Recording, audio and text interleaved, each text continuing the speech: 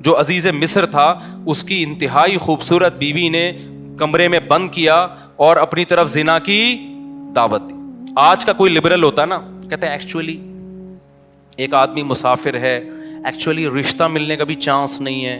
ایک صاحب نے مجھے کہا کہ میں ہاتھ سے اپنی خواہش پوری کرتا ہوں, ایکچولی میں کیا کروں, میری شادی نہیں ہو رہی. مفتی صاحب یہ ٹوپی ڈرامے جو آج کل ڈاکٹروں نے بھی باز لگا دی ہے اس کام پہ لوگوں کو.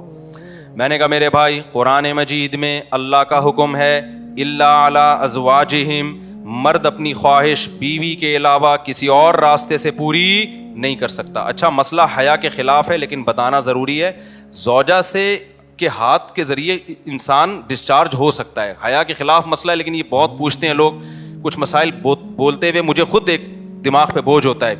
تو زوجہ کے ساتھ تو یہ جائز ہے, اپنے ہاتھ سے اپنی خواہش پوری کرنے کی شریعت میں آپ کو اجازت نہیں ہے. تو اب خوب سمجھ لو, اللہ تعالیٰ نے مرد کو یہ حکم دیا ہے کہ وہ سوائے شادی کے اس کے پاس اپنی بیوی کے علاوہ اپنی خواہش پوری کرنے کا کوئی راستہ نہیں. اب اللہ آپ کی اس مجبوری کو مجبوری نہیں مانتے کہ ایکچولی میں سفر میں ہوں, میں اسٹڈی کے دوران, تو میں ہینڈ پریکٹس سے اپنی خواہش پوری نہیں کروں گا تو میں ڈپریشن میں جاؤں گا. تو بھائی تو شادی کرنا بیٹھ کے. اگر آپ یہ کہتے ہو کہ مجھے رشتہ نہیں مل رہا تو اپنا معیار گراؤ.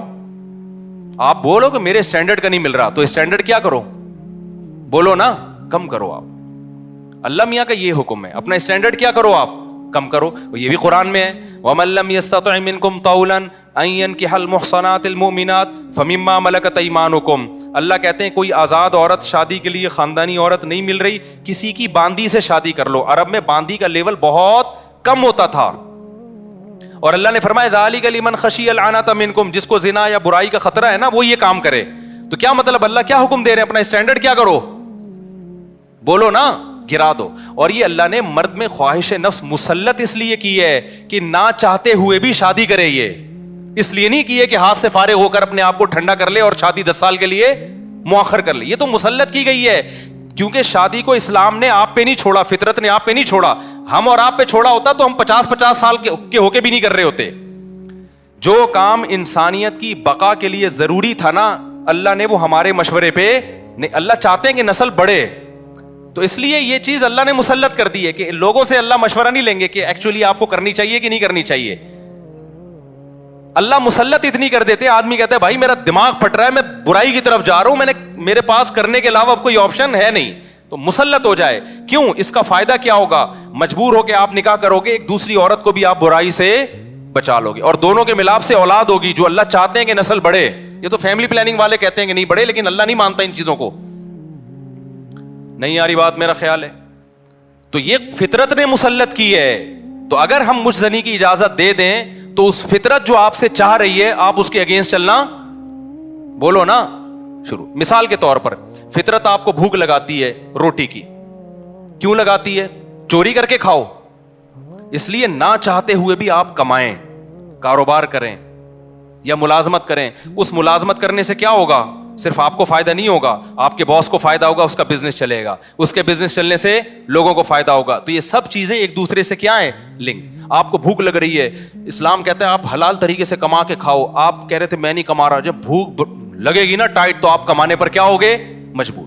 پھر آپ بزنس کرو گے, اس بزنس سے آپ کو بھی فائدہ ہوگا اور قوم کو بھی فائدہ. تو کچھ کام قدرت ہم پہ مسلط کر کے کرواتی ہے تاکہ لوگوں کو اس سے کیا ہو جائے, فائدہ, ہمارے نہ چاہتے ہوئے بھی فائدہ ہو جائے.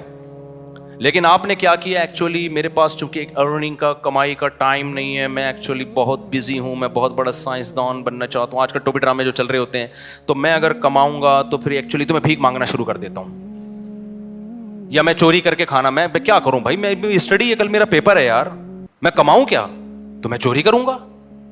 چوری کرنے سے کیا ہوگا, پیٹ بھر جائے گا. ڈاکٹر کہے گا کہ آپ کے وٹامن سارے پورے ہو گئے ہیں. جس مفتی نے کہا تھا چوری نہیں کرو, وہ آپ کی صحت برباد کرنا چاہ رہا تھا. جیسے ڈاکٹر جو مزنی نہیں کرتے نا, ان کو یہ کہتے ہیں مفتی لوگوں کے چکر میں نہیں پڑو, یہ تمہیں ڈپریشن کا مریض بنا دیں گے. کوئی بات نہیں, اپنے آپ کو ہاتھ سے فارغ کر لیا کرو, اس سے ڈپریشن کیا ہو جائے گی, ختم. او بھائی اس سے اس کی ڈپریشن ختم ہوگی, قوم کی ڈپریشن بڑھے گی, عورتوں کی ڈپریشن بڑھے گی, مرد ان سے شادیاں ٹائم پہ نہیں کریں گے. جیسے بڑھ رہی ہے ڈپریشن, وہ بھی زنا کی طرف جائیں گے, وہ بھی ہاتھ سے, اور جو گند ہماری سوسائٹی میں پھیل رہا ہے اور نسل کی کمی کا ذریعہ بنے گی. بہت سارے سائیڈ افیکٹ ہوں گے اس کے. تو فطرت آپ پہ بھوک مسلط کرتی ہے, نہ چاہتے ہوئے بھی آپ روٹی کماؤ, امتحان کو مؤخر کر دو, کیونکہ روٹی کمانے کی فکر ضروری ہے, اس سے دوسروں کو بھی روٹی ملے گی.